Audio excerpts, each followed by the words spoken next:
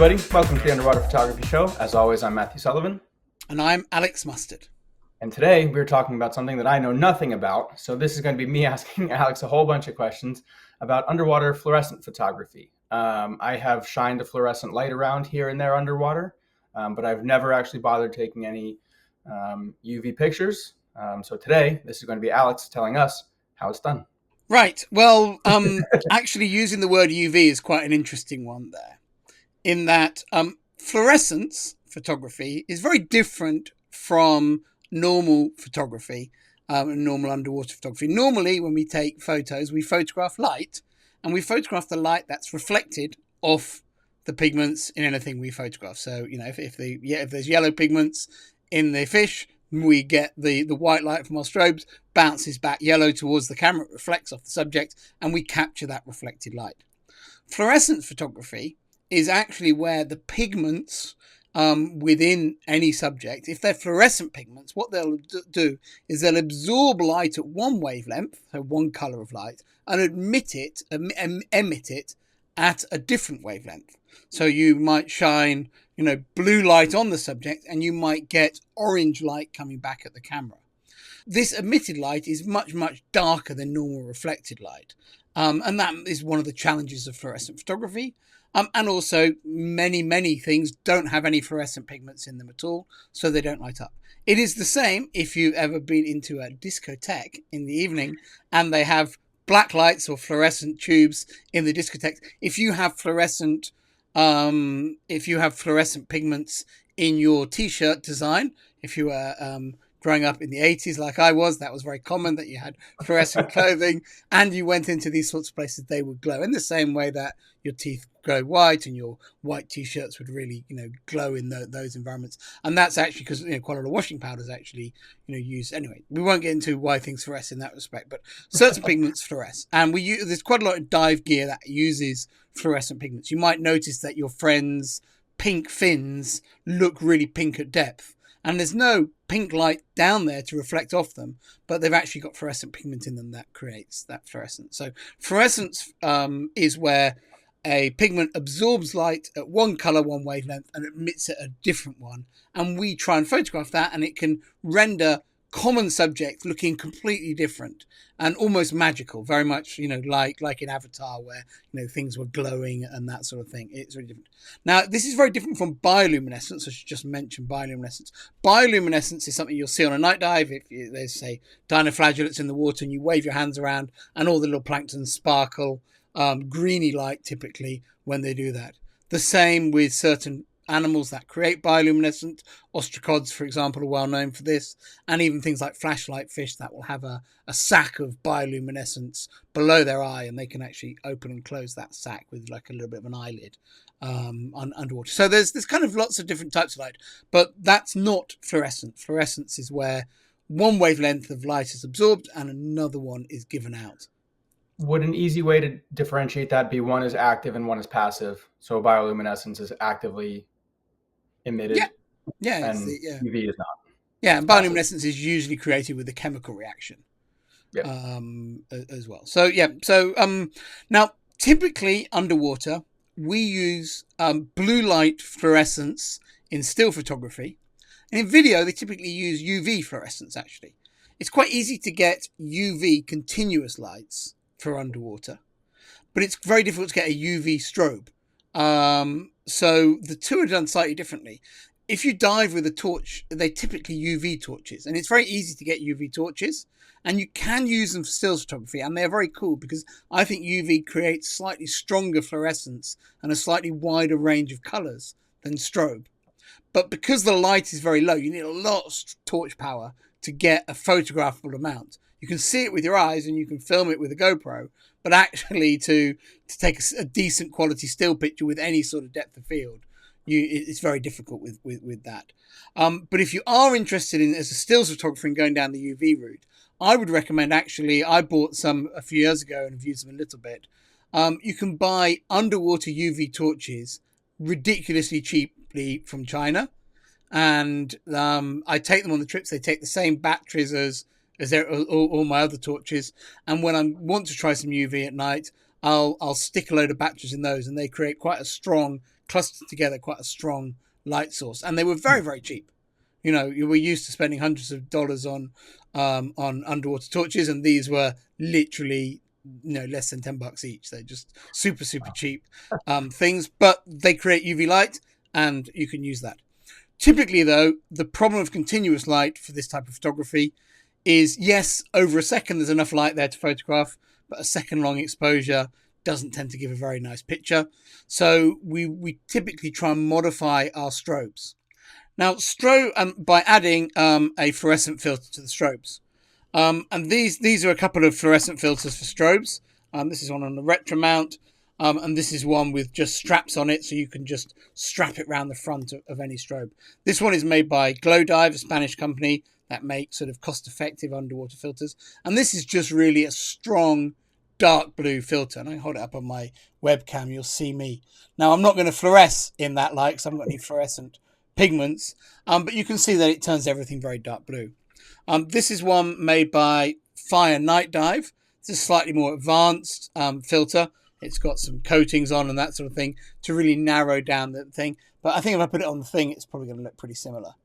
I can get it lined up correctly. I'm still pretty blue. Because it's reflective, you can see my wall behind my computer as part of the screen there. So these are a couple of the different ones that I've got. This is my normal and favoured one that I use. And what that does is it turns the strobe output to basically light that is that colour only. And it's that deep blue light that will, with lots of purples in it as well, that will elicit the fluorescent response in most of the pigments that we're interested in photographing. The problem is if you put that on your strobe and light your subject up, you get a picture that is completely blue. And you don't want a picture that's completely blue. So what we do as photographers is we then add to our lens a yellow barrier filter. And what the yellow barrier filter does, it's green screening on me, so I'm trying to angle it so it doesn't green screen. This is yellow. If I put it on there, you can see it's all yellow. Makes rather a mess of everything. This yellow filter, and this is just a standard off-the-shelf UV blocking yellow filter.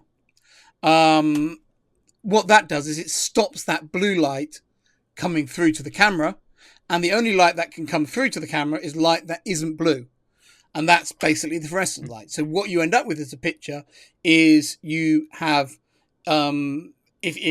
without this, you would end up with a picture everything is blue and little bits of green and yellow and orange and maybe red fluorescent pigments coming through. When you add the barrier filter, you stop the blue light coming to the camera, and as a result, the only light you see are the little bits of green and yellow and orange and red that are coming as the fluorescent response from the subjects. And that can make subjects look completely different underwater, and it can be a lot of fun. Now, the first thing that's worth mentioning about this technique is if you put a massive stonking great filter like this on your strobe, and then you put a strong filter on your lens as well, and you're photographing a very dim type of subject, you're going to end up with a very dark picture. So the keys really for fluorescent photography is use powerful strobes, so you've got as much light as possible. Use a camera with a good high ISO performance, so again you can hold the ISO up, and that will allow you then to shoot with a good depth of field, because most people do fluorescent photography as macro. Now, the good thing about fluorescent photography is backscatter doesn't fluoresce, so you never get backscatter in fluorescent photography, so it can be a good technique for low visibility. But also, I tend to try and use as many strobes as I can if I want to get as much light as possible. So certainly in the days when the cameras weren't as good at high ISO, I would typically use 3 strobes for my excitation, and I would just cluster them around the board, and then I would just go in and shoot my pictures with as much light as possible, and that would give me as much light, allow me to get as much depth of field as possible, because typically these photos, because even if you shoot into the reef, the background is normally black anyway, because the fluorescent subject glows and the background doesn't create any light, so it's black. So you don't need to frame the subject in the same way. Also, you can't create shadow in fluorescent photography. So wherever you put your strobes, you get the same light, because the light is being emitted, it's not being reflected. So there's no shadow. So you just put your strobes around the thing and zap. If you move them out here, you're basically wasting strobe power. And if you put them all on one side, you don't get shadow. You just, so you end up with it's a very simple way of shooting. but it does require some good, adjustments in terms of technique to get the most out of it. But the most important thing is to have as much light as possible, and that makes things easier for you photographically. And then you go on the dive with your torch with either a blue filter over it or a UV torch, and you search for subjects that glow. And then as you get more discerning, you search for subjects that don't glow green, that glow a more interesting color than green, because green is the most common type of fluorescence. And then you search those subjects out. Or if you're me, it'll all look the same color anyway, so just take pictures of whatever fluorescent Yeah. creature you find. Yeah. Now, most people do fluorescent photography with macro, because the barrier filters like this are sold as screw-on, ones that go onto macro lenses or can go on your port, depending on which size you buy. However, I think fluorescent photography works particularly well for wide angle. But unfortunately, no one sells filters for them. But it's quite easy to find a gel filter that's the same as this, and then you can slot that onto the back or tape it onto the back of your wide angle lens. And I actually like using on my Sony, I like using I use the fisheye sometimes, but I also like using the Nikonos 15mm, so the old mechanical Nikonos lens, which is quite a nice ultra wide kind of close up lens for night diving. And because that lens has really nice corner sharpness and everything, you can shoot it a bit more open, still get nice sharpness out to the edges of the frame. And it's very small and compact, so you can cluster the strobes all around it and zap your subject with loads of light. Just one thing to mention on strobe power is a flash tube, typically, particularly a straight flash tube, produces lots and lots of blue light. It's very easy, to make a strobe that's cold and blue. It's hard to make a strobe that is orange and warm and nice. And so strobe manufacturers typically put coatings on the flash tubes, which are exactly this color, because they're trying to stop the blue light. So sometimes you might find that actually a very, very powerful wide angle strobe that's got a nice big round flash tube and produces a naturally very warm light isn't the best strobe for fluorescent photography, because the manufacturers have spent ages trying to get rid of all the blue light to balance the spectrum back up. And then you're basically trying to push it back to blue again. So sometimes a smaller, cheaper strobe can be very good. And actually, if you're really into this, you might want to consider looking. I mean, I've never done a back-to-back test, but maybe one of those very powerful little strobes from CNC, like a D1 or a D2, which actually had small, little, very cold light flash tubes, might be actually better for this than actually a big, expensive wide-angle strobe, because the light was naturally a bit bluer to begin with. So just worth mentioning that. And then one other thing that I've heard people talk about with regards to this is wearing yellow filters on their masks as well, which supposedly helps see things that are UVing. But if you have a UV torch, what would be the point of that? I think sometimes the visor can help you find the things that are actually producing. You'll see straight away the things that are glowing, but the visor maybe will help you spot things that are producing some of the other colors. Okay. And that can really be key to things, because I think it's when you start to get, a lot of corals and anemones, they just glow green. And it's cool the first time, but after a while you get a bit bored with everything being green. And the visor can help you find some of the things. I don't typically wear a visor, because when you look through the camera, you need to take it off anyway. And then it falls off the back of your mask and floats away in the darkness. You don't need to do fluorescence photography in the dark, or certainly at night. But if the ambient light is strong, then the ambient light is going to overwhelm everything, because you're already filtering the strobes down. You need your strobes to be able to dominate the ambient light, and you need the fluorescent response to be able to dominate the ambient light. And because adding these and then this kills that a lot, that's generally why we do it at night. However, if you dive in dark places, inside caves, in murky water, in the UK, I do all my fluorescent photography in the day, because it's dark enough underwater that you don't have the worry of the ambient light. But in the tropical reefs, I typically do it all at night.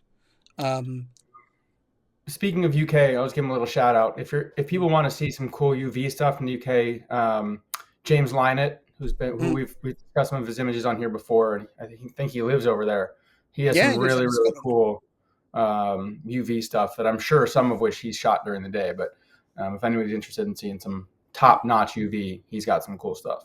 Yes, you don't need to go very deep in a Scottish sea lock to be in total darkness during the day, which can be it's quite an unusual thing because it can be quite sunny at the surface, and the water can be particle rich but also very tannin rich of the Yeah. near the surface, and you literally go down 20, 30 feet and you're basically in the dark. Yeah. But it's I think one of the really exciting things about UV photography is that people haven't been doing this for years and years, and they certainly haven't been doing it in every environment in the ocean.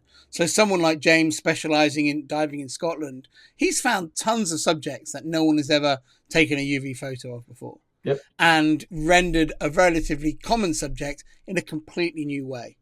There are, but yeah, starting with corals and anemones is a great place to start. But there are tunicates, lots of crustaceans that either fluoresce themselves or the things that attach to their carapaces and legs fluoresce. There are a number of fish that fluoresce: eels, scorpion fish, lizard fish are common subjects that fluoresce.